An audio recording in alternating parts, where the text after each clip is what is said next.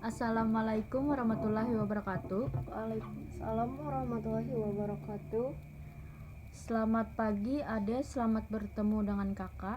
Selamat pagi juga kak. Bagaimana kabar Ade hari ini? Alhamdulillah baik kak. Kakak kabarnya gimana? Alhamdulillah kakak baik juga. Nah, sebelum kita memulai kegiatan pada hari ini, alangkah baiknya kita berdoa terlebih dahulu. Berdoa dimulai.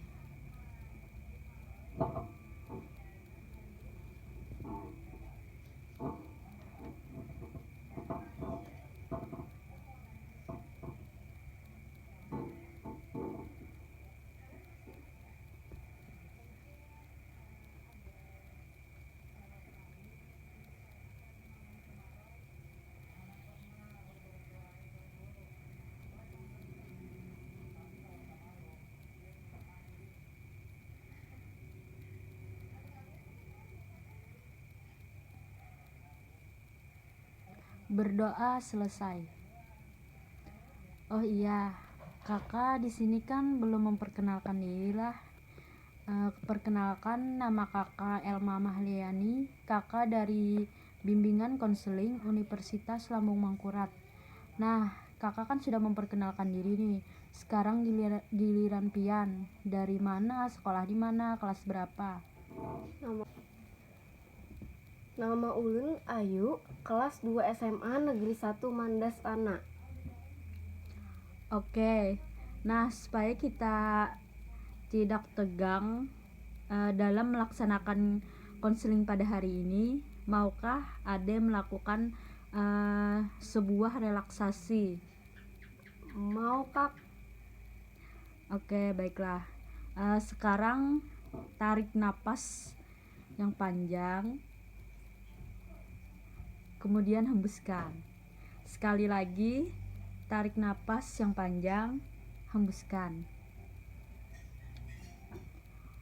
Oke. Nah, jadi gimana, udah lebih rileks kan? Iya kak.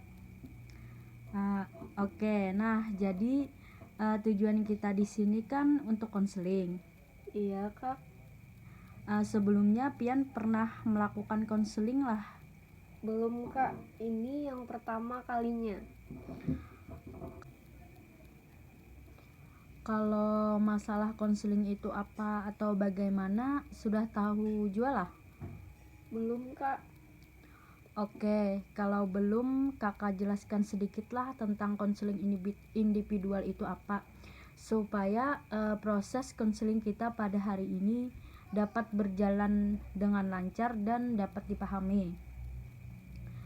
Jadi, konseling individual adalah proses pemberian bantuan yang diberikan oleh seorang konselor, dan di sini konselornya adalah kakak. Nah, kepada klien atau konseli. Nah, di sini konselinya adalah Ade sendiri secara face to face, artinya secara tatap muka. Kemudian ada tujuan konseling ini. Tujuannya adalah untuk menyelesaikan masalah yang sedang Ade hadapi. Sampai di sini ada yang ditanyakan, Dek? Tidak ada kak, sudah dapat dimengerti.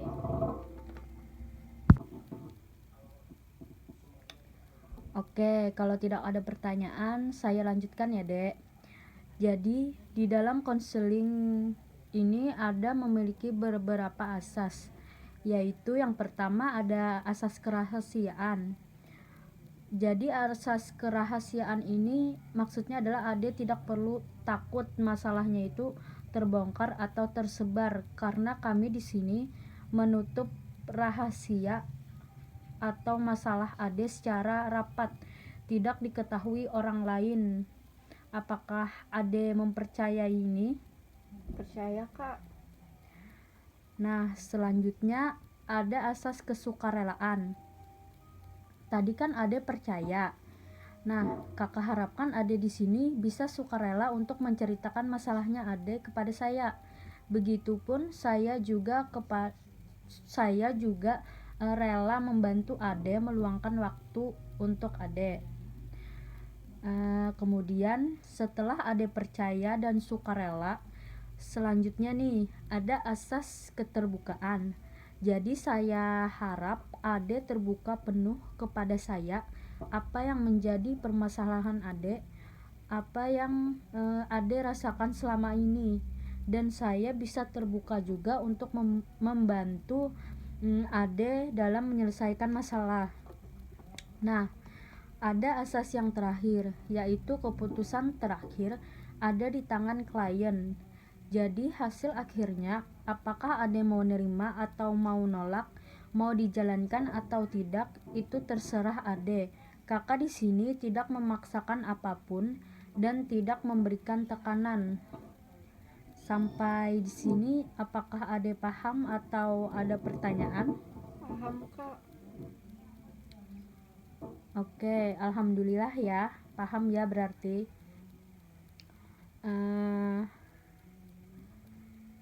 Ade udah percaya nih, siap, berarti ya Ade di sini udah percaya nih, siap, sukarela dan siap untuk terbuka kepada kakak.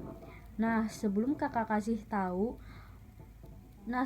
kita lanjut nih, kakak kasih tahu dulu proses konseling kita pada hari ini. Konseling yang kita lakukan ada 3 kali pertemuan. Setiap pertemuan 30 menit. Apakah Ade bersedia? Bersedia, Kak. Alhamdulillah. Kalau begitu, kira-kira hari ini apa yang mau diceritakan, Dek? Permasalahan seperti apa? Jadi hari ini saya ada masalah, Kak, di organisasi sama di sekolah.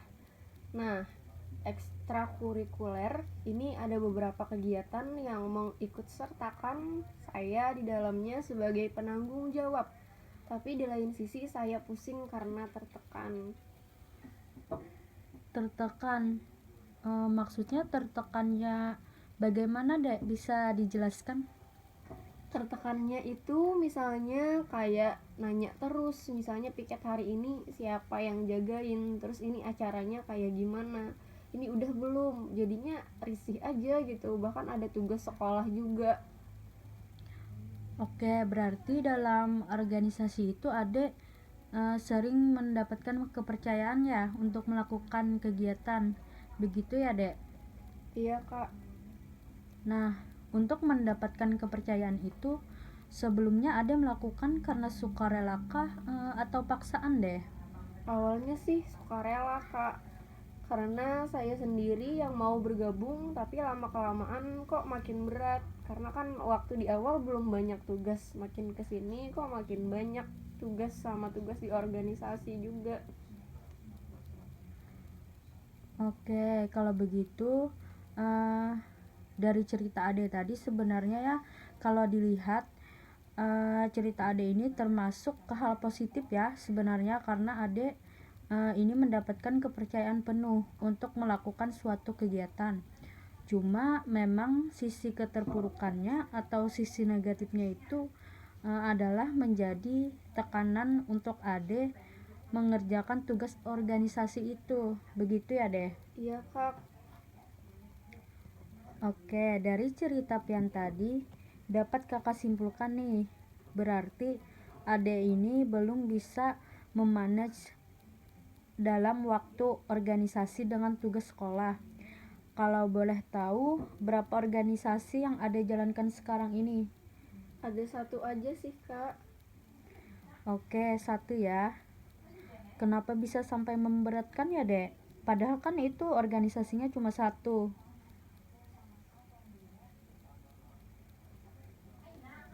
Karena sekarang kan pandemi juga, Kak, jadi setiap hari itu ada tugas terus. Kalau kegiatan ini dilakukan secara online, Kak.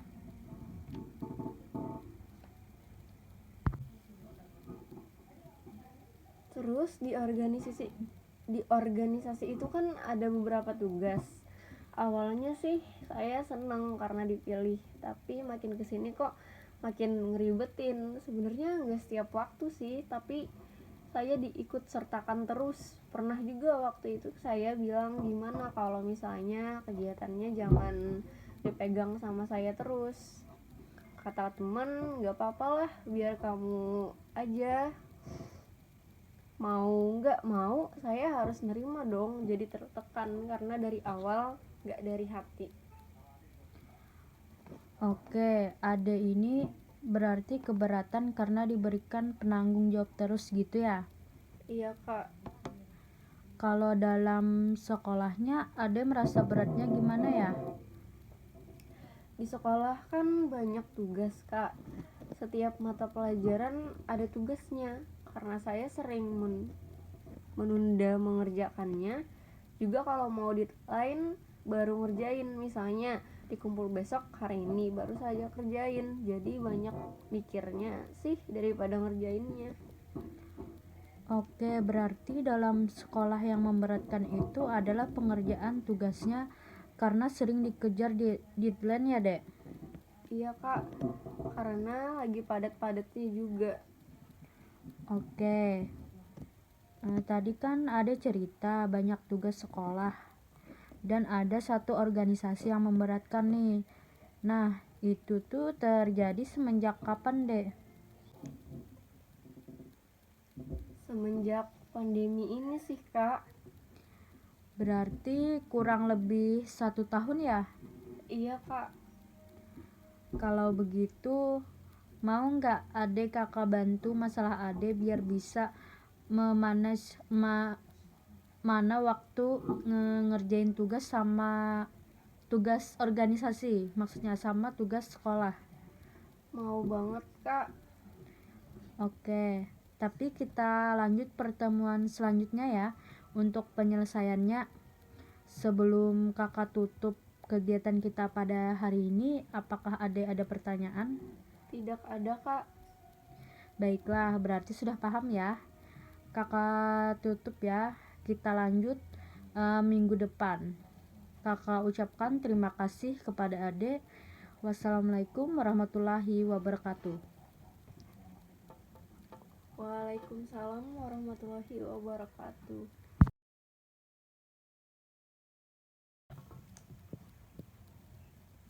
Assalamualaikum warahmatullahi wabarakatuh. Waalaikumsalam warahmatullahi wabarakatuh. Selamat pagi Ade, selamat bertemu kembali dengan kakak. Selamat pagi juga kak.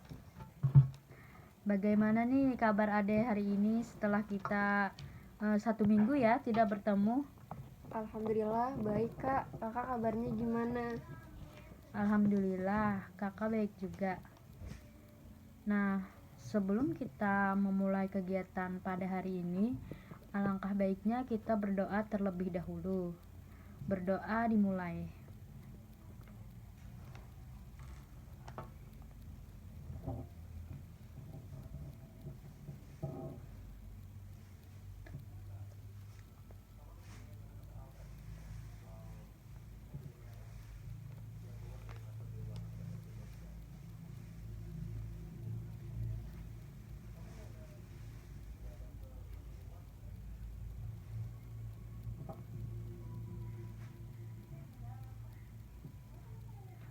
Berdoa selesai. Nah, jadi setelah kita tidak bertemu selama 1 minggu nih, kakak di rumah mencoba menganalisis masalah Ade. Kemudian kakak nih sudah menemukan cara penyelesaiannya, yaitu dengan pendekatan behavioral cognitive therapy dengan teknik self management. Sebelumnya Ade tahu nggak apa pendekatan behavioral cognitive therapy dan teknik self management itu? Gak tahu kak. Oke, kakak jelaskan sedikit ya. Jadi pendekatan behavioral cognitive therapy ini adalah sebuah pendekatan yang menekankan pada dimensi pada kognitif individu dan menawarkan berbagai metode yang berorientasi pada tindakan untuk membantu mengambil langkah yang jelas dalam mengubah tingkah laku. Kemudian teknik self management. Teknik ini adalah upaya individu untuk melakukan perencanaan, pemusatan, perhatian, dan evaluasi terhadap aktivitas yang dilakukan. Jadi maksudnya self management ini adalah bagaimana kita bisa mengatur waktu kita. Kemudian sampai di sini apakah bisa dipahami, Dek? Bisa, Kak. Alhamdulillah ya. Oke, baiklah kita mulai sekarang ya. Apakah Ade sudah siap? Siap, Kak. Nah, jadi di sini kakak nih kan udah nyiapin pulpen sama kertas nih. Kakak minta Ade menulis apa yang menjadi kendala atau hambatan selama Ade sekolah. Ini Dek pulpen dan kertasnya. Kakak persilahkan. Kakak beri waktu kurang lebih 5 menit ya. Iya, Kak.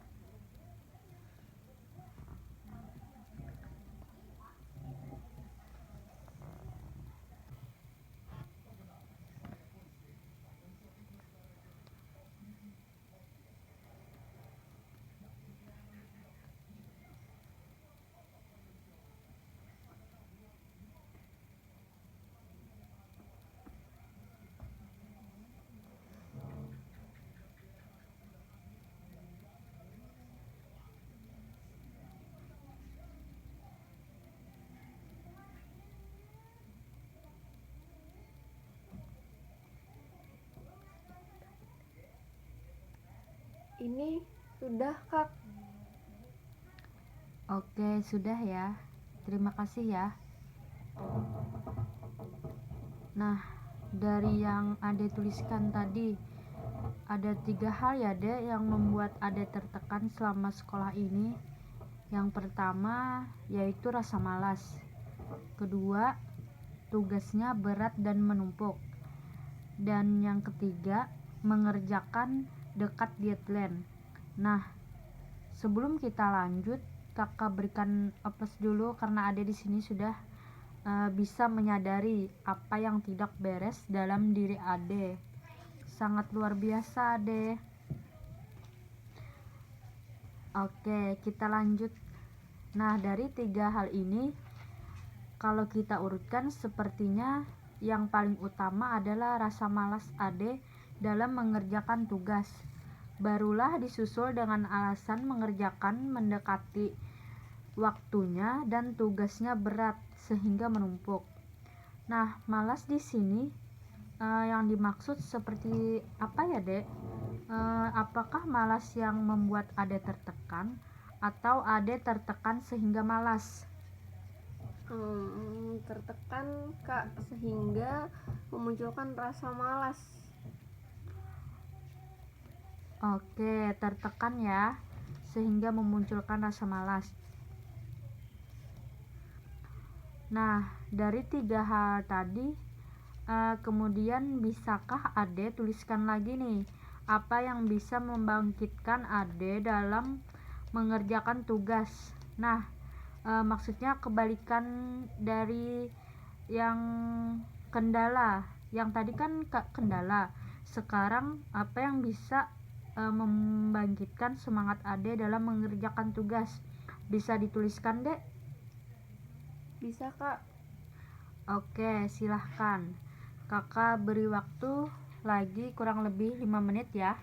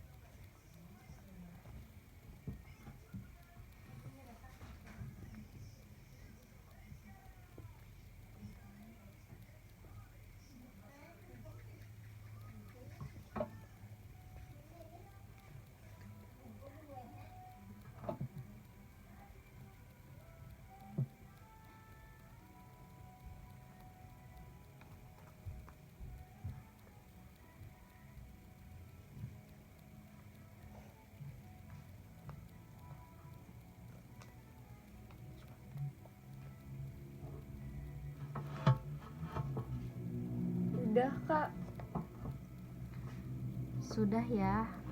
Oke, terima kasih. Nah, di sini kakak lihat nih ada 3 hal lagi ya, Dek. Sama kayak yang kendala tadi juga ada 3 hal. Di sini yang pertama kakak bacakan ya. Yang pertama ada termotivasi dengan teman yang sudah mengerjakan tugas. Yang kedua, fokus. Dan ketiga, teman yang mengingatkan. Sepertinya nomor 1 dan 3 berkaitan ya, Dek. Iya kak. Kalau kakak melihat dari nomor 2 tadi, fokus ini bisa nggak melihat adek maksudnya fokus ini bisa nggak dilakukan melihat ada banyak sekali tugas di mata pelajaran, lalu juga ada sibuk di organisasi. Agak susah sih kak, karena masih sibuk di organisasi. Oke, kalau begitu fokus ini kita kesampingkan dulu ya.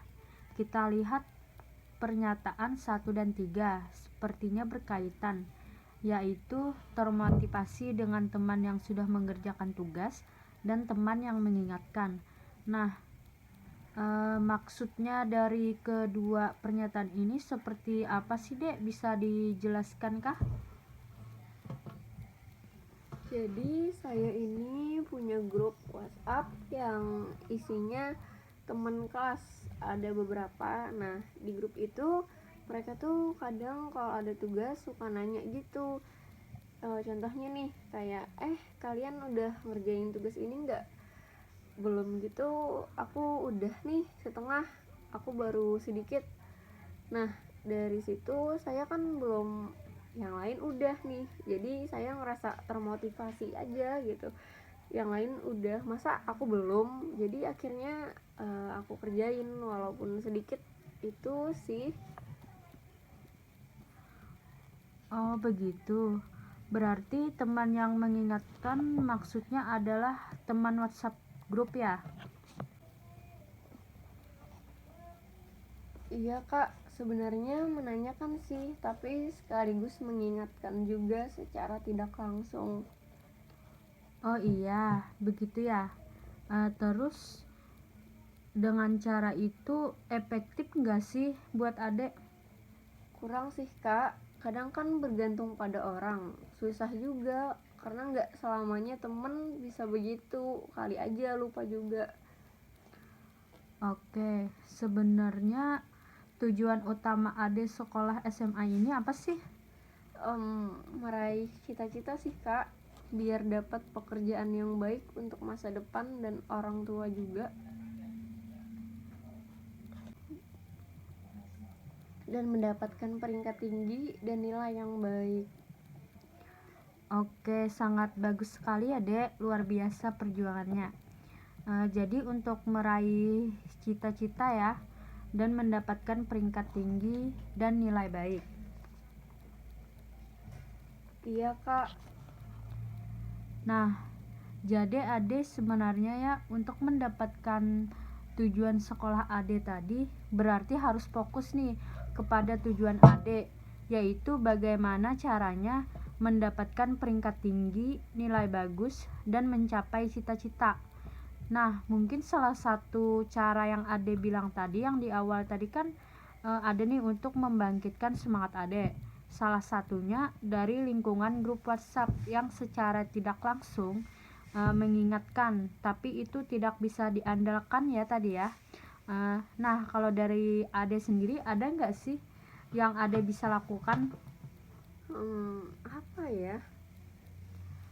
Pernah nggak Ade bikin jadwal ditulis di kertas, hari apa aja, sore apa aja tugasnya, besok tanggal berapa tugas yang dikumpulkan? Pernah sih, dulu aku nulisnya di buku, tapi waktu mau nyari lagi, ini kan itu bingung lupa naruh di mana, jadi itu kurang efektif sih. Oh begitu, berarti pernah ya Udah kebayang berarti nih bentuk jadwalnya gimana? Iya kak. Nah, dari cerita Ade tadi, kendalanya karena menulis di buku ya, jadi lupa naruh di mana waktu mencarinya. Nah, menurut Ade, ada nggak sih yang lebih efektif lagi untuk menuliskan tugas itu? Karena aku sering ngabisin waktu di kamar, jadi kayaknya lebih bagus di kamar, ditempel di dinding kamar atau di pintu lemari. Oh iya, berarti antara dinding kamar dan pintu lemari ya, Dek? Iya kak.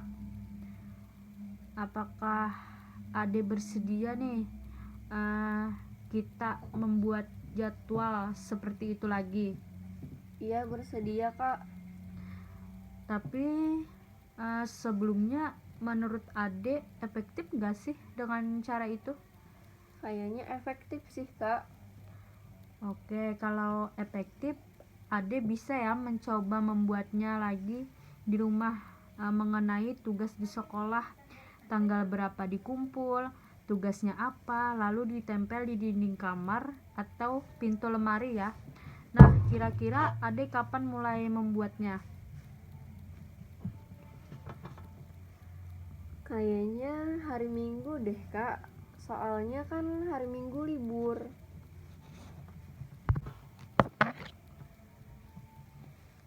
Oke, nanti setelah Ade membuat jadwal tadi, bisa Ade foto ya hasil madingnya kepada saya, dikirim lewat WhatsApp. Nanti setelah Ade kirimkan hasil dari kreasi Ade tadi, hasil jadwal Ade tadi, kita bisa evaluasi nih, evaluasi bersama lagi. Apakah hal itu beneran efektif atau tidak untuk Ade?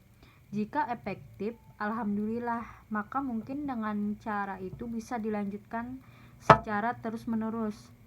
Tapi apabila kalau tidak efektif, nanti bisa nih kita coba cari cara lain. Gitu ya, Dek? Iya kak. Kalau begitu, kita lanjut minggu depan ya untuk pertemuan yang terakhir. Jangan lupa ya, Dek, jadwalnya dibuat. Iya kak. Sebelum kakak tutup kegiatan kita pada hari ini, ada pertanyaan kah, Dek? Tidak ada kak. Oke, kalau begitu kakak ucapkan sekali lagi terima kasih ya. Dan kakak akhiri sampai bertemu minggu depan. Wassalamualaikum warahmatullahi wabarakatuh. Waalaikumsalam warahmatullahi wabarakatuh.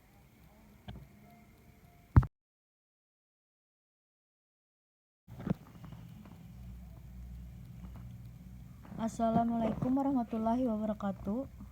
Waalaikumsalam warahmatullahi wabarakatuh. Selamat sore Adek. Selamat bertemu kembali dengan kakak. Ini udah yang ketiga kalinya ya. Iya kak, selamat sore juga. Oke, bagaimana kabar Ade hari ini setelah seminggu lagi ya kita tidak bertemu? Alhamdulillah baik kak. Kakak gimana? Alhamdulillah kakak baik juga. Nah, sebelum kita memulai kegiatan lagi nih pada hari ini, alangkah baiknya kita berdoa terlebih dahulu. Berdoa dimulai.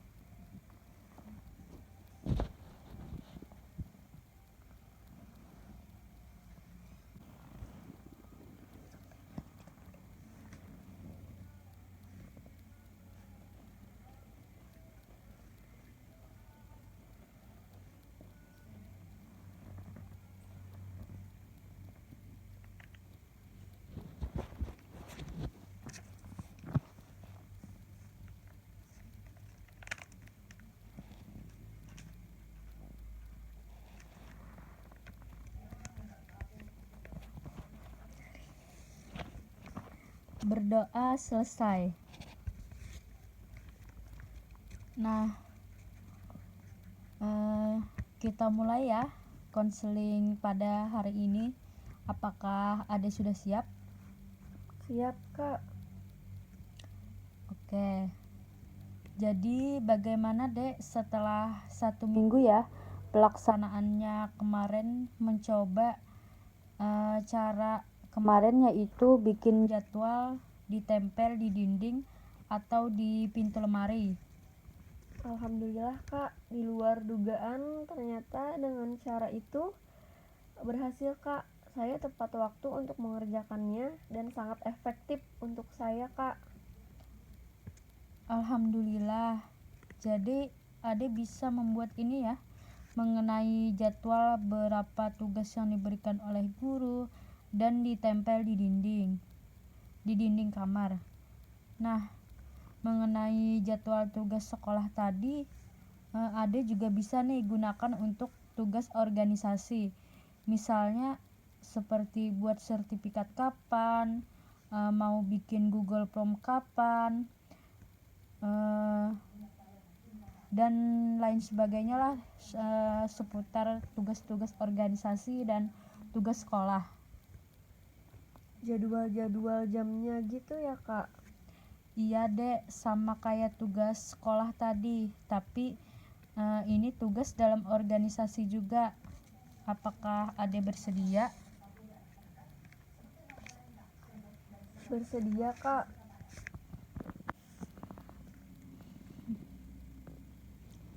Oke, alhamdulillah.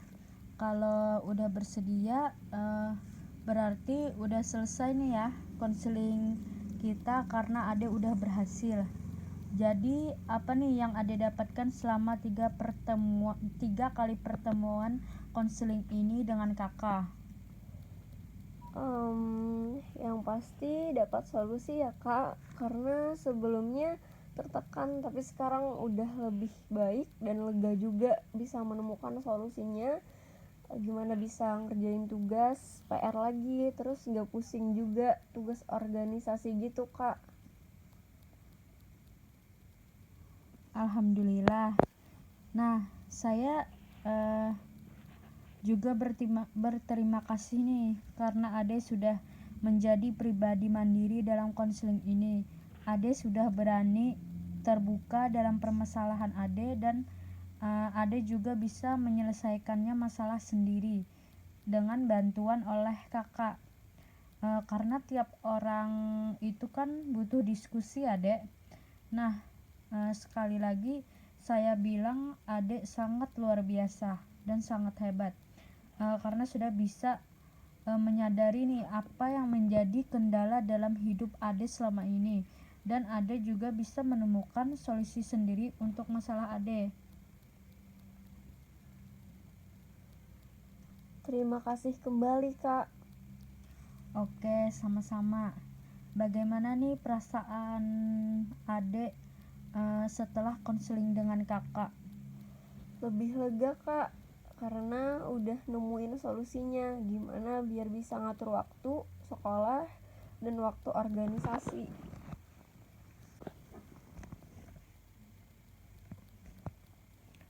Alhamdulillah ya Dek, setidaknya ada yang bisa berubah dalam diri Ade, yaitu seperti merasa lega juga bisa dijalankan solusi tadi ya Dek. Oke, kalau begitu sekali lagi terima kasih ya Dek atas konseling kita selama 3 kali pertemuan. Alhamdulillah lancar, dan semoga solusi tadi yang kita temukan bersama bisa berjalan dengan efektif sampai seterusnya ya Dek. Mungkin sesi konseling hari ini kita tutup sampai sini ya Dek. Kakak berterima kasih banyak nih sama Ade karena udah mau konseling sama kakak, udah mau terbuka juga karena udah berani juga bercerita sama kakak. Iya, Kak, terima kasih juga karena sudah mau membantu. Iya, sama-sama Dek. Oke, kakak tutup nih ya.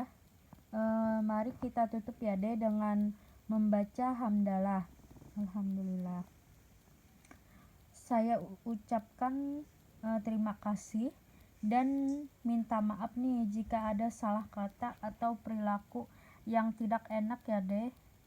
Kakak ucapkan wassalamualaikum warahmatullahi wabarakatuh. Waalaikumsalam warahmatullahi wabarakatuh.